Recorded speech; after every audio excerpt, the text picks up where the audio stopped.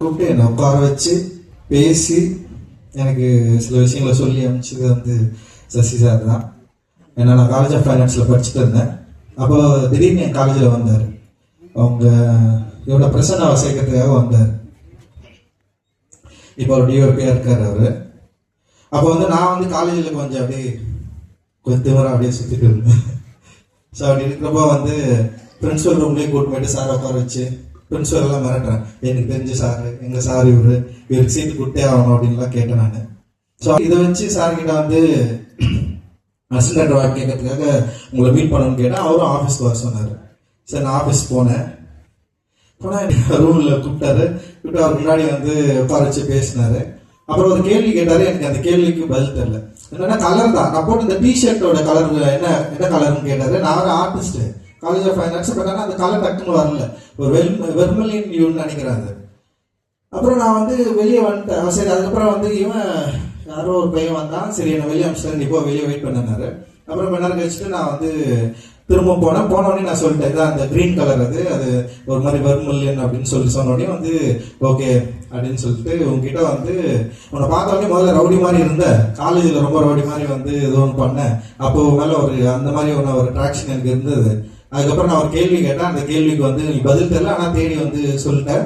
So okay நீ வந்து உங்ககிட்ட ஒரு நல்ல குவாலிட்டி இருக்கு, நீ ட்ரை பண்ணு. பட் ஆனால் என்கிட்ட வந்து இப்போ சேர முடியாதுன்னு சொல்லி இன்னொரு டைரக்டருக்கு வந்து அனுப்பிச்சு விட்டாரு. பட் அதுவும் அங்கேயே சேரல நான். பட் ஆனால் வந்து எனக்கு ஃபர்ஸ்ட் டைம் ஒரு டைரக்டரை மீட் பண்ணி என்னை வந்து பயங்கர பாசிட்டிவாக எமோட் பண்ணி அந்த அமிச்சது இருக்குல்ல, அது அசோக் பிள்ளர்கிட்ட தான் அந்த ஆஃபீஸ். ஐ திங்க் இப்போ வரைக்கும் அது வந்து எனக்கு ரொம்ப முக்கியமானதாக இருக்கு.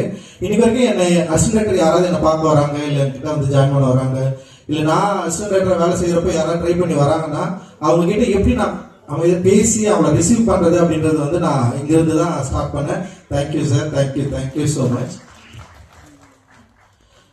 இந்த படம் எனக்கு ரொம்ப பிடிச்சிருந்தது. நூறுசாமி எனக்கு என்ன சொல்றது, ரொம்ப இமோஷனலான ஆள் தான் நான். சின்ன சின்ன விஷயங்கள் கூட எனக்கு பயங்கரமா எமோட் பண்ணிடும். நூறுசாமி படம் பார்க்குறப்போ நிறைய இடங்கள் எனக்கு வந்து பயங்கரமா கனெக்ட் ஆச்சு.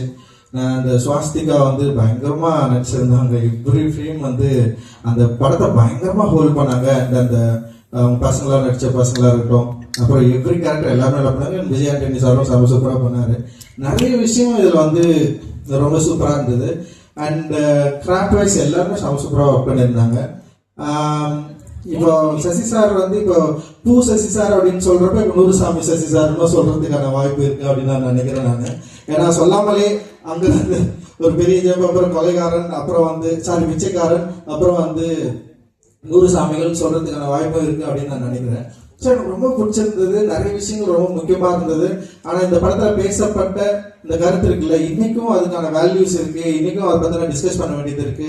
இன்னைக்கும் சமூகத்துல இந்த மாதிரியான மாற்றங்கள் உருவாக்க வேண்டிய தேவை இருக்கு அப்படின்றத ரொம்ப ஸ்ட்ராங்கா, அதே நேரத்துல வந்து எளிமையா எல்லா ஆடியன்ஸ்க்கும் வந்து போய் ரீச் ஆகிற மாதிரியான ஒரு படமா டெஃபினட்டா இது இருக்கும் அப்படின்னு நான் நம்புறேன்.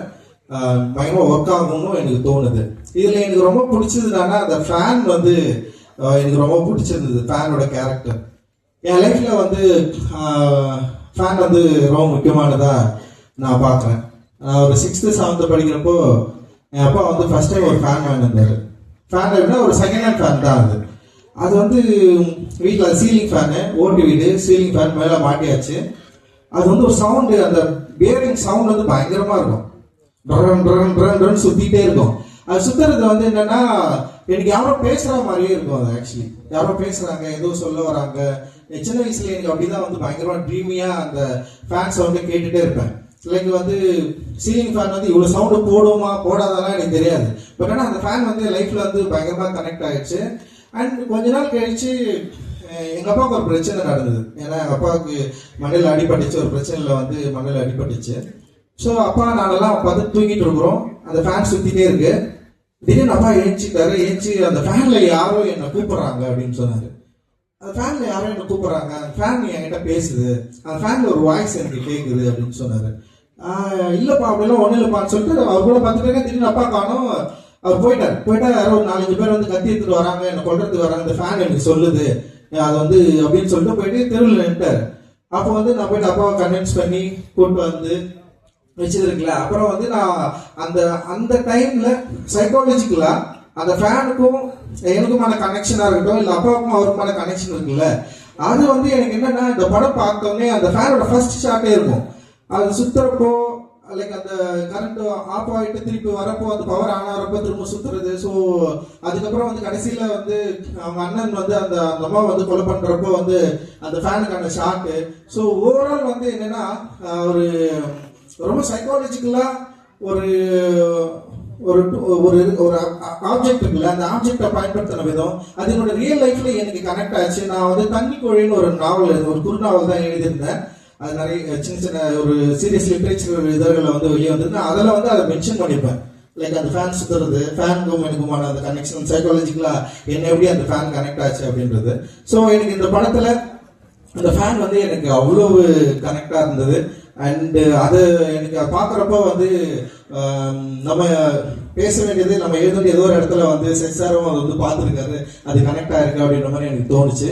அண்ட் அந்த படத்தை அவர் கொண்டு வந்து சேர்க்கறதுக்காக அவர் போராடுற விதம், அந்த படம் வந்து பார்க்குறப்போ அவர் எல்லாரும் இன்வைட் பண்ற விதம், அப்புறம் வந்து அந்த படம் முடிஞ்சவொடனே வந்து ரிசீவ் பண்றது.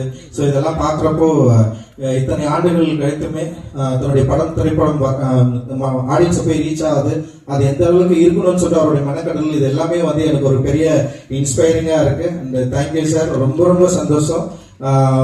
எனக்கு ரொம்ப ரொம்ப பிடிக்கும். நீங்க ஒரு பயங்கர இன்ஸ்பைரிங்கான ஒரு ஆள். ஏன்னா இவ்வளவு படம் பண்ணியிருக்காரு. நான் டைரக்டர் ஆனதுக்கு அப்புறமா நிறைய படம் பண்ணியிருக்காரு. எந்த படத்துக்கும் என்னை கூப்பிட்டதும் இல்லை, ஏதாவது படம் பாருன்னு கூட கேட்டது கிடையாது. ஃபர்ஸ்ட் 100 சாமிகளுக்கு மட்டும்தான் வந்து அவர் இன்வைட் பண்ணாரு.